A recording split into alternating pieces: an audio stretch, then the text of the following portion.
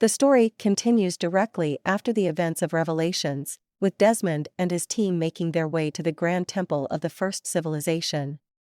Despite gaining access through the Apple of Eden, Desmond can only partially activate the temple. Juno, a member of the First Civilization, communicates with Desmond and places him in the Animus to relive the life of his ancestor, Haytham Kenway, who lived in England in 1754. Haytham carries out an assassination at the Royal Opera House and steals a medallion that turns out to be a key to the inner chamber of the temple. He is then sent to the American colonies to locate the temple. In Boston, Haytham teams up with a woman named Zio, who agrees to help him find the temple in exchange for his help in killing General Braddock. As they work together, a romantic relationship develops between them, and Zio eventually gives birth to their son, Ratenhake Tun. Meanwhile, Haytham discovers that the key he possesses cannot open the temple. When Haytham inducts a man named Charles Lee into the order, it is revealed that Haytham has unknowingly joined the Templar Order instead of the Assassins, which is a major plot twist. This revelation sets the stage for the main story to unfold. The focus of the narrative shifts to Ratenhake Tun, also known as Connor, during his childhood in 1760. His mother is killed during an attack on their village, and Connor believes Charles Lee, the Templar, is responsible. As Connor grows into a teenager, the village elder tells him that their duty is to prevent the discovery of the temple at all costs.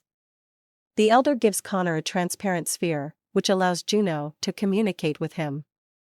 Juno shows him the symbol of the assassins, leading Connor to seek out retired assassin Achilles Davenport, who reluctantly becomes his mentor.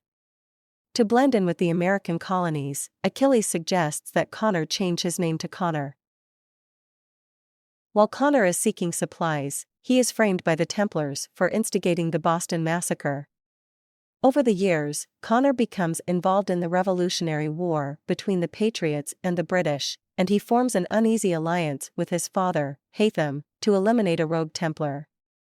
However, Haytham discovers a letter revealing George Washington's plan to eradicate the indigenous population, including Connor's tribe. Connor, fueled by anger and a desire for revenge, breaks the alliance and returns to his village. He tries to reason with his childhood friend Canantu, Con, but when he fails, Connor is forced to kill him. In the present-day timeline, Desmond embarks on a series of missions to retrieve power cells necessary for activating the temple and to prevent the Templar, Daniel Cross, from obtaining them. Desmond's father, William, goes after the final cell but is captured by guards from Abstergo Industries. Desmond mounts a rescue mission and manages to save his father, killing Warren Vidic, a high-ranking Templar, in the process. In the Animus, Connor wrestles with the decision of whether to eliminate the Templars or to work with Haytham for peace and freedom. However, Haytham believes that controlling the nation by replacing Washington with Lee is necessary. Lee is disgraced by Washington and retreats to Fort George, a heavily fortified location. Connor infiltrates the fort and confronts Haytham, leading to a climactic fight between the two.